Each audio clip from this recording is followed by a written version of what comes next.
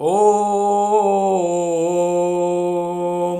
समादरणीय विद्वद्वृंद, धर्मानुरागी माताओं, बहनों, भाइयों, छात्र छात्राओं, सब प्रेम नमस्ते।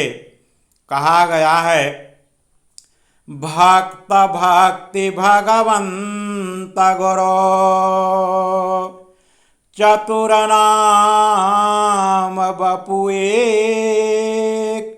इनके पद वंदन किए नासय विघ्न अनेक। प्रिय श्रोताओं, भक्तों के जीवन का आधार भगवन नाम संकीर्तन है। उनके जीवन की तार हमेशा प्रभु से जुड़ी रहती है। ठीक उसी तरह प्रभु के मन में भी भक्तों के चरित्र का श्रवण और मनन करने की आतुरता स्वयं विद्यमान रहती है। गीता में कहा गया है, यो यथा मां प्रपद्यन्ते तांस्तथैव भजाम्यहम्। प्रिय भक्तों, आध्यात्मिक उन्नति से ही मानवों का सर्वांगीण विकास होगा। साथ ही साथ परमात्मा के दर्शन एवं साक्षात्कार की अभिलाषा इसी मानव योनि में ही पूर्ण होगी। अन्य जीवों में यह सौभाग्य प्राप्त नहीं है।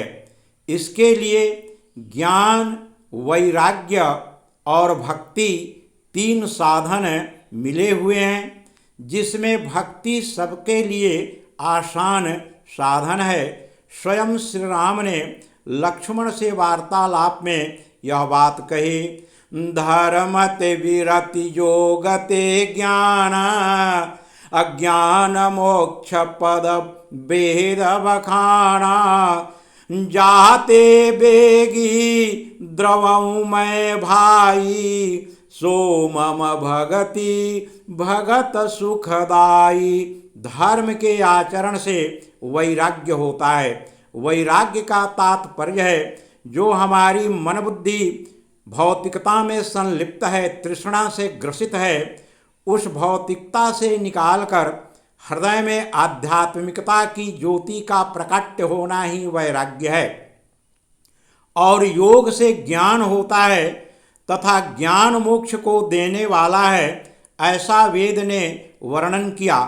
और हे भाई, जिससे मैं शीघ्र ही प्रसन्न होकर भक्तों को सुख देता हूँ, वह मेरी भक्ति ही है, जो भक्तों को सुख देने वाली होती है। स्वयं शबरी ने गुरु मातंग ऋषि के मार्गदर्शन में अटल श्रद्धा, विश्वास और धैर्य धारण कर प्रभु के दर्शन करने में सफल हुई। इतना ही नहीं, स्वयं भगवान आश्रम पर आकर दर्शन दिए।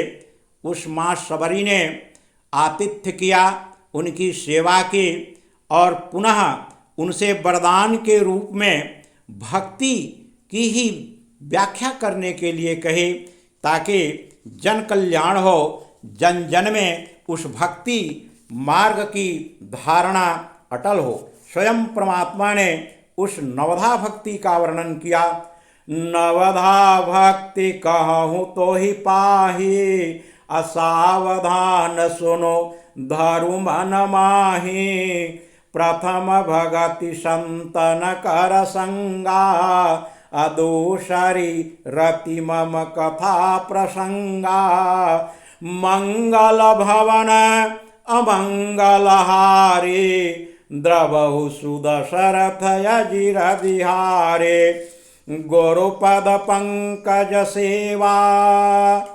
तीसरी भक्ति अमान, चौथी भक्ति मम गुणगण, करई कपट तजिगान।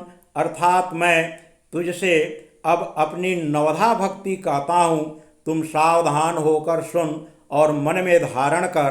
पहली भक्ति है संतों का सत्संग, दूसरी भक्ति है मेरे कथा प्रसंग में प्रेम, तीसरी भक्ति है अभिमान रहित होकर गुरु के चरण कमलों की सेवा।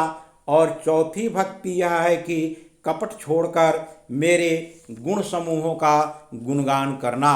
मंत्र जाप मम दृढ़ विश्वासा, अपंचम भजन सुवेद प्रकाशा।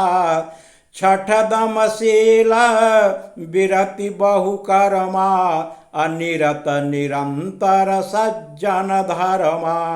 सातव सम मोहि भयमय जग देखा, अमोहते संत अधिक करिलेखा। आठवें जथा लाभ संतोषा, असपने हूँ नहीं देखई पर दोषा। नवम सरल सब सन छलहीना, मम भरोसे हिये हर सन दीना। नवमहु एकौ जिनके होई, नारी पुरुष सचराचर को सो कोये। सोई अतिशय प्रिय भामिनी मोरे, सकल प्रकार भक्ति दृढ़ तोरे। जोग वृंद दुर्लभ गति जोई, अतो कहूँ आज सुलभ भई सोये। प्रभु ने पांचवी भक्ति के विषय में कहा कि मंत्र का जप करो और मेरे में दृढ़ विश्वास करो। पुनः छठी भक्ति के विषय में उन्होंने बताई कि इंद्रियों का निग्रह करो, शील स्वभाव को धारण करो। और सातवीं भक्ति जगत में यथा जितना भी संत हैं उनके प्रति श्रद्धा करो। और आठवें में संतोष का पालन करो और पुनः किसी दूसरे में दोष को मत देखो। और नौवीं भक्ति जो है वह सरलता और सबके साथ कपट रहित बर्ताव करो। हृदय में मेरा भरोसा रखो और किसी की आस्था में अवस्था में हर्ष और दैन्य मन विषाद का न होना। यह नौ में से किसी एक भी गुण स्त्री पुरुष जड़ चेतन कोई में भी है तो मैं अतिशीघ्र प्रसन्न होता हूँ।